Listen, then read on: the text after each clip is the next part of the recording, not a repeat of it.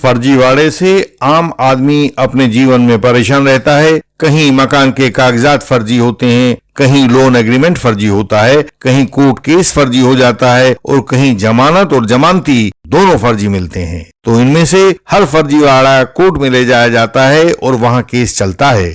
लेकिन यदि कोर्ट का ऑर्डर ही फर्जी लगा दिया जाए तो क्या हो? वह सुप्रीम कोर्ट के सामने सुप्रीम कोर्ट का ऑर्डर लगा दिया जाए और फिर तो बातों की हद ही हो जाएगी। ऐसा इस बार हुआ है और सुप्रीम कोर्ट इस मामले को देखकर हतप्रभ है कि गुरु लोग तो सर्वोच्च कोर्ट तक भी पहुंच गए हैं।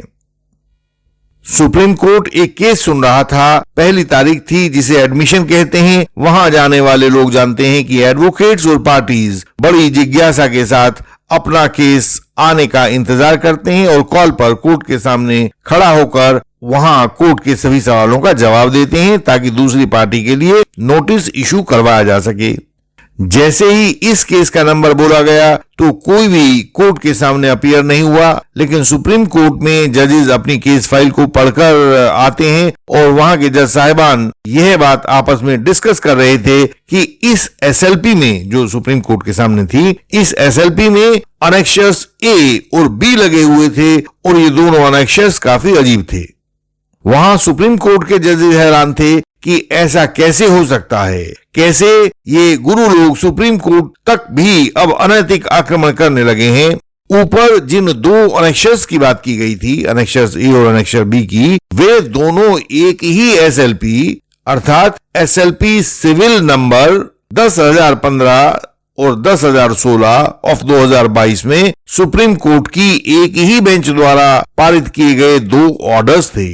पहला अनेक्शर ए उस एसएलपी में पारित किया गया था जिसके अनुसार सुप्रीम कोर्ट ने उक्त एसएलपी को डिसमिस कर दिया था और दूसरा उसके कुछ देर बाद का ऑर्डर था जिसके अनुसार उस ही एसएलपी को सुप्रीम कोर्ट ने अलाउ कर दिया था।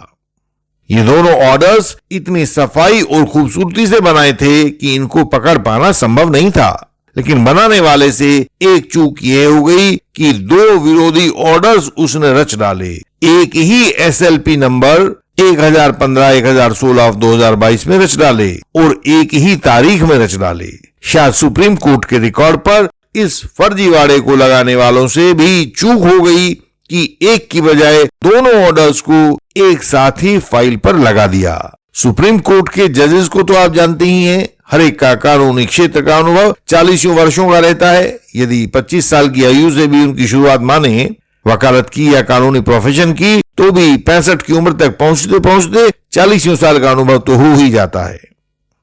इस फर्जीवाड़े को देखकर सुप्रीम कोर्ट ने कंप्लेनेंट लोकेश मोहन, दोनों एडवोकेट्स सुश्री प्रीति मिश्रा और श्री आफ्ताब अली खान को कोर्ट में हाजिर होने का नोटिस जारी कर दिया। कहा कि 22 अगस्त 2023 को हमारे सामने हाजिर हो जाइए। नोटिस तीनों पर सर्व भी हो गया और 22/8/2023 का दिन भी आ गया।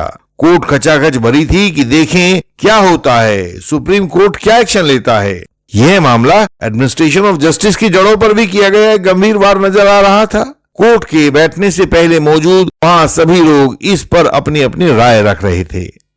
कोर्ट बैठी और मामला पुकारा गया। सबसे पहले तो यह देखकर हैरानी हुई कि ना तो कंप्लेनेंट लोकेश मोहन ना ही एडवोकेट प्रीति मिश्रा कोर्ट के नोटिस के जवाब में कोर्ट के सामने हाजिर हुए थे।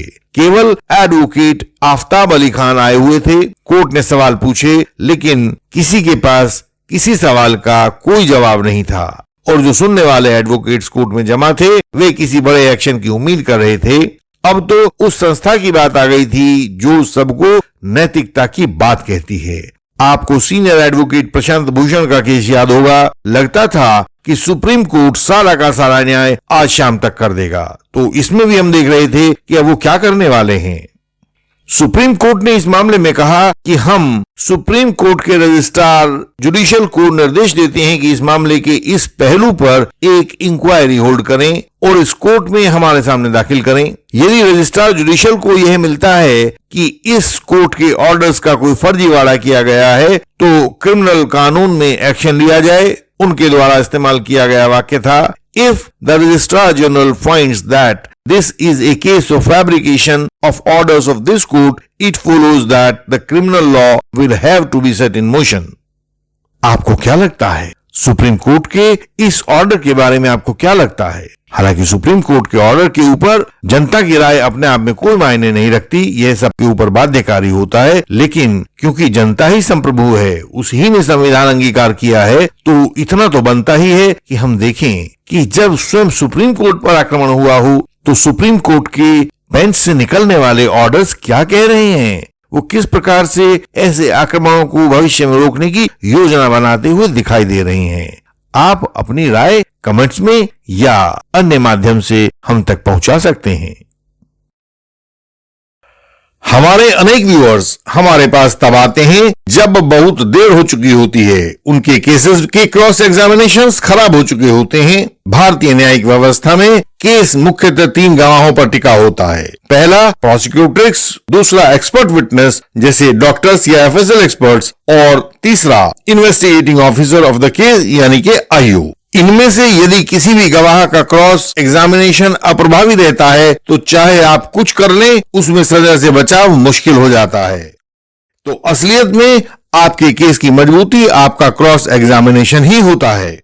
हम निरंतर फॉल्स एलिगेशन वॉरियर्स को तथा यंग एडवोकेट कलीग्स को अपने क्रॉस एग्जामिनेशंस निरंतर भेजते रहते हैं। आप भी इंडियन लीगल सिस्टम के बेहतरीन व बेजोड़ क्रॉस एग्जामिनेशंस का लाभ लीजिए। क्रिमिनल ट्रायल में दूसरा अवसर नहीं मिलता है, जो अवसर आपको मिला है क्रॉस करने का उसे गंवाइए नहीं।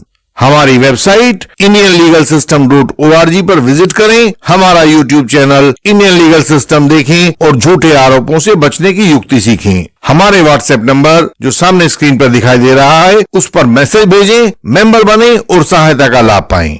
आपसे अगली वीडियोस में फिर मुलाकात होगी, तब तक के लिए प्रणाम।